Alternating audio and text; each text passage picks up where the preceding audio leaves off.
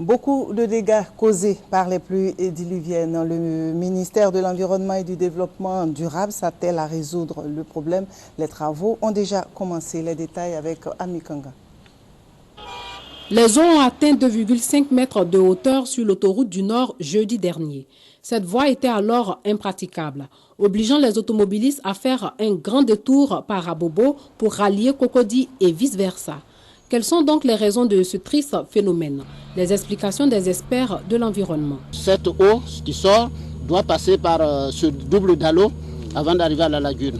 Mais il se trouve que c'est bouché. En amont de la forêt du Banco, nous avions eu des situations, surtout au niveau des lotissements anarchiques, qui ont abouti à une destruction, à un déboisement de notre forêt.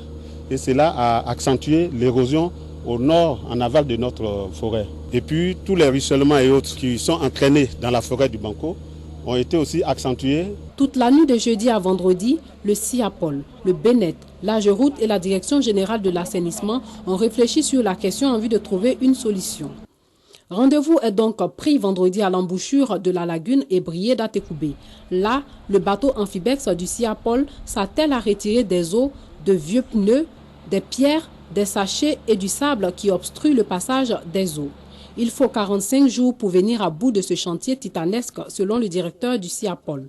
Cependant, le premier responsable de l'environnement rassure. Vous voyez autour de vous tous ces sachets plastiques qui concourent notamment à boucher tous les ouvrages qui ont été faits pour permettre à la rivière du Banco de s'écouler, mais également aussi pour permettre à l'eau de pluie de s'écouler. Donc il y a des mesures à prendre et c'est justement ce que nous allons faire. Dans certains pays comme le Rwanda, on ne voit plus de sachets plastiques.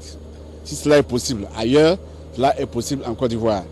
Donc le gouvernement va prendre des mesures institutionnelles, va prendre des décrets pour permettre de régler globalement tout ce problème, toujours dans l'esprit d'une approche pluridisciplinaire et plurisectorielle.